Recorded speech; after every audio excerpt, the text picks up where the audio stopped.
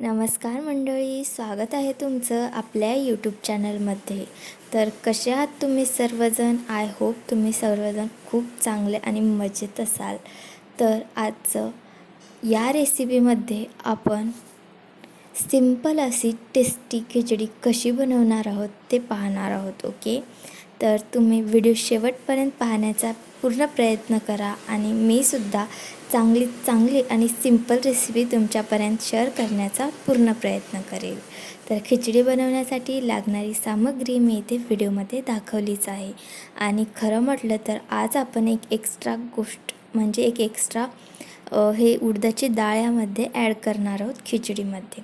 आणि हे मी भारीचं तांदूळ घेतलं, बट त्यामध्ये छोटे छोटे किडे, तर त्याला मी छान निसून घेणार आहे बरं का, तसंच नाही टाकणार आहे.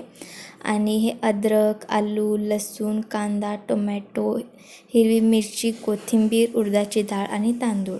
बस आता हे छान फ्रेश धुवून मी कट करून घेतलेले आहे.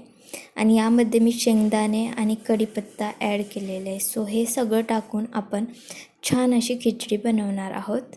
तर सर्वात आधी आपण एका हंडीमध्ये पाणी गरम करायला ठेवणार आहोत. आणि इकडं कुकरमध्ये मी 1.5 चम्मच तेल गरम करून घेतलं. त्यामध्ये थोडीशी मोहरी ॲड केली. मोहरी तडतड झाल्यानंतर त्यामध्ये मिरची ॲड करायची. आता यामध्ये मी आधीच जिरा ॲड केलेला नाही आहे, कारण आता तेलामध्ये जिरा सोडलं की ते करपायला लागतं. मिरचीनंतर आपण यामध्ये कांदा सोडलेला आहे. खरं म्हटलं तर मी या व्हिडिओमध्ये फक्त एक कांदा दाखवला होता, बट कट करताना मी 2 कांदे इथे कट करून घेतलेले आहेत.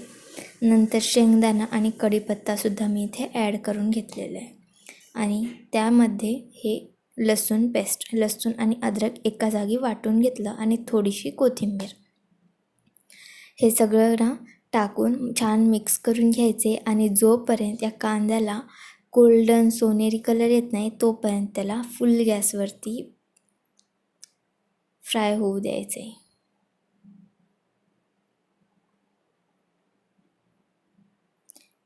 सो इथे गोल्डन कलर आलेलं आहे. त्यानंतर त्यामध्ये आपण टोमॅटो सोडलेले आहे.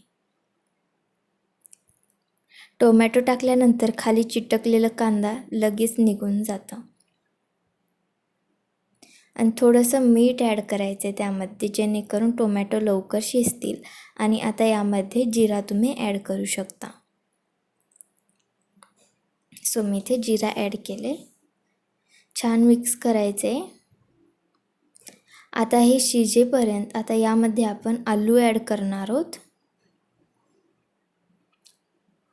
आलूचं वरचं कवर काढून घ्यायचं आहे आणि त्याला छान छोट्या पीसमध्ये कट करून घ्यायचं आहे आणि तेच यामध्ये सोडायचे.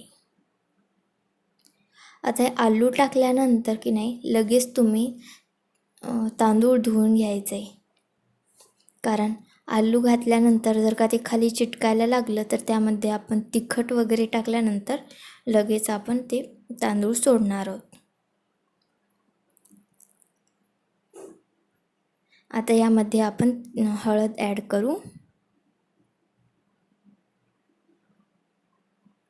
सो इथे मी थोडीशी हळद घेतली. हळद टाकल्यानंतर थोडासा आपला घरगुती मसाला आहे, हा काय स्पेशल खिचडी मसाला नाही आहे. आणि चवीनुसार मीठ. बस. आता तुम्हाला अजून तिखट खायचं असेल तर यामध्ये तुम्ही तिखट लाल मिरची पावडरसुद्धा ॲड करू शकता. आणि मी साईडला हे तांदूळ धुवून घेतलं आहे. तुम्हाला व्हिडिओमध्ये सांगितलंच होतं, आलू सोडल्यानंतर लगेच तांदूळ फ्रेश धुवून घ्यायचे आणि त्यामध्ये सोडायचं. आधीच पाणी सोडायचं नाही आहे त्या मटेरियलमध्ये. तांदूळ सोडल्यानंतर आता या तांदळामधलं पाणी आटेपर्यंत वरून झाकायचंच नाही आहे. व्हिडिओ शेवटपर्यंत पहा, तुम्हाला कळेलच ही खिचडी किती भारी तयार होणार आहे. सो इथे आपल्या तांदळाचा कलर चेंज झालेला आहे आणि खाली थोडंसं चिटकायलासुद्धा लागलेलं आहे. तर मग आता यामध्ये आपण पाणी सोडू शकतो. आणि पाणी की नाही उकळी येईपर्यंतच गरम करायचं आहे आणि गॅस बंद करायचे. सो इथे मी पूर्ण एक हंडी पूर्ण पाणी जे मी ठेवले ना ते मी यामध्ये ॲड करणार आहे. आणि हे थोडंसं तेजपत्ता जे तुम्ही तेलामध्ये सुद्धा सोडू शकता, बट मी इथे वरून सोडलेलं आहे. आणि फ्रेंड्स, यामध्ये मी एक क्लिप शूट करायचं विसरले. मी तुम्हाला व्हिडिओमध्ये स्टार्टिंगला दाखवलं होतं, मी यामध्ये उडदाची डाळसुद्धा ॲड करणार आहे, बट ते मी यामध्ये शूट केलं नाही. तर तांदूळ सोडल्यानंतर लगेच आपण उडदाची डाळ सोडायची. ओके, यामध्ये मी ॲड केली नाही ती क्लिप, बट तांदळानंतर ते सोडायचे. सो इथे आपण कुकरचं झाकण लावून घ्यायचं आहे. 3 शिट्ट्या होऊ द्यायच्या आहेत. पहिली शिट्टी फुल गॅसवर, दुसऱ्या 2 शिट्ट्या कमी गॅसवर आणि 10 मिनटासाठी रेस्ट व्हायला ठेवून द्यायचे. आणि त्यानंतर कुकरचं झाकण काढून पाहायचं आहे. गरमागरम टेस्टी अशी झणझणीत खिचडी आपली तयार झालेली आहे फ्रेंड्स. एकदम सिंपल अशी, सर्वात सिंपल ही रेसिपी आहे. अख्ख्या यूट्यूबवरसुद्धा तुम्हाला अशी रेसिपी सापडणार नाही. आणि सर्व काही आपल्या घरी इथे अवेलेबल असतं. सर्व काही यामध्ये लागणारी सामग्री, अशी मी सामग्री टाकून छान टेस्टी आणि सिंपल पद्धतीने खिचडी बनवलेली आहे. आणि खिचडीसोबत भज्जे नसेल तर खिचडी काय कामाची. त्यासाठी सोबत पालक भज्जेसुद्धा तयार केले. आणि पालक भज्जीची रेसिपी तुम्हाला पाहिजे असेल तर आपल्या यूट्यूब चॅनलवरती अवेलेबल आहे. तर फ्रेंड्स, प्लीज आपल्या यूट्यूब चॅनलला सबस्क्राईब करा आणि कशी वाटली आजची रेसिपी मला कमेंट करून कळवा.